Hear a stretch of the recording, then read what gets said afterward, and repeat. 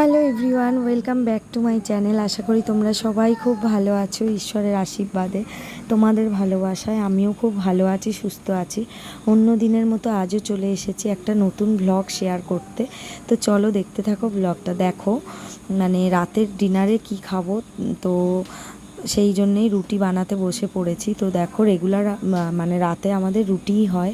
তো দেখো রুটি মানে আটা মেখে রুটি বানাচ্ছি, সেই ব্লগটাই তোমাদের সঙ্গে শেয়ার করছি। তো চলো দেখো, আটা মাখা দেখো কমপ্লিট হয়ে গেছে। এবার দেখো রুটিগুলোকে বেলে নিচ্ছি। দেখো রুটিগুলোকে বেলে নিয়ে এবারে দেখো চাটুতে রুটিগুলোকে সুন্দর করে বানিয়ে নেবো। তো চলো দেখো, তো আমরা সবাই রাতে রেগুলার রুটিই খাই। তো ভাতও খাই, মানে ভাত যদি মানে দুপুরের বানানো থাকে, যদি থেকে যায় সেই ভাতটাকে মানে খায়, মানে থেকে গেলে খেয়ে নেওয়া হয়। আর রুটি তো রেগুলার বানানোই হয়, মানে নিত্যদিনই রুটি হয় বলতে পারো।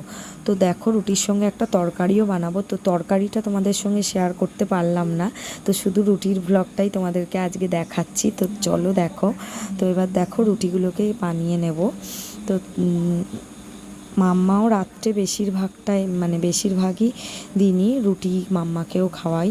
তো একসঙ্গে রুটি বেশি করেই একেবারে বানিয়ে নিয়েছি সবাই খাওয়ার জন্যে।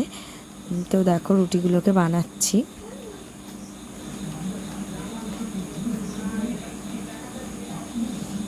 তো দেখো রুটিগুলোকে এবারে ফুলিয়ে নিচ্ছি।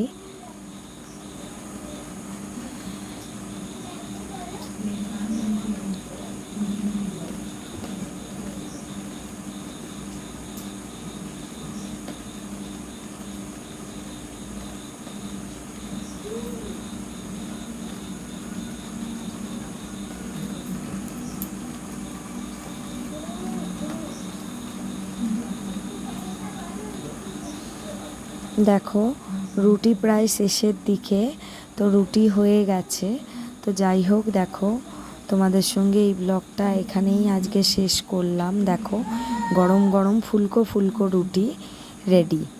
তো যাই হোক, আমার এই ব্লগটা আমি আজ এখানেই শেষ করলাম। অন্য দিন দেখা হবে আবারও নতুন কোনো ব্লগ ভিডিও নিয়ে। তো চলো এখন টাটা।